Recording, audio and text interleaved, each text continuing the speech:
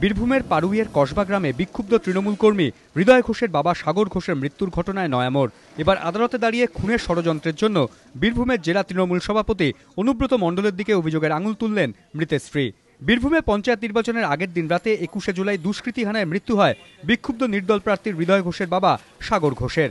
ঘটনায় 13 জনের বিরুদ্ধে এফআইআর করে পুলিশ। অভিযুক্ত 13 জনের মধ্যে 2 জন কলকাতা হাইকোর্টের বিচারপতি সঞ্জীব বন্দ্যোপাধ্যায়ের এজলাসে আবেদন করে বলেন তারা নির্দোষ। ঘটনার নিরপেক্ষ তদন্তের জন্য সিআইডিকে দায়িত্ব দেওয়া হোক। এই মামলায় মঙ্গলবার আদালতে হাজির হন মৃত সাগর ঘোষের স্ত্রী সরস্বতী ঘোষ ও ছেলে হৃদয় ঘোষ। বিচারপতি মৃতের স্ত্রীর কাছে ঘটনার বিবরণ জানতে চান। তখন তিনি দাবি করেন, যাদের বিরুদ্ধে পুলিশ অভিযোগ করেছে তারা এই ঘটনার সঙ্গে যুক্ত নন। আমরা যাদের নামে অভিযোগ করেছি পুলিশ সেই অভিযোগ নিচ্ছে না।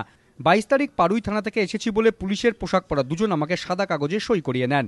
এরপর পারুই থানায় অভিযোগ জানাতে গেলে জানতে পারি আমি নাকি 13 জনের বিরুদ্ধে অভিযোগ দায়ের করেছি।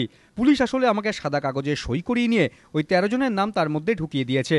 পুলিশ এটা করেছে অনুব্রত মণ্ডল ও বিকাশ রায়চৌধুরীর নির্দেশে। অনুব্রত ও বিকাশ আমার স্বামীর খুনের মূল ষড়যন্ত্রী। ওই 2 জন সহ 41 জনের বিরুদ্ধে আমি বারবার অভিযোগ জানাতে চাই, কিন্তু পুলিশ অভিযোগ নেয়নি। আমি মুখ্যমন্ত্রীর দপ্তর, পুলিশ সুপার এবং রাজ্য পুলিশের ডিজির কাছে অভিযোগ পাঠাই, কেউ কোনো ব্যবস্থা নেয়নি।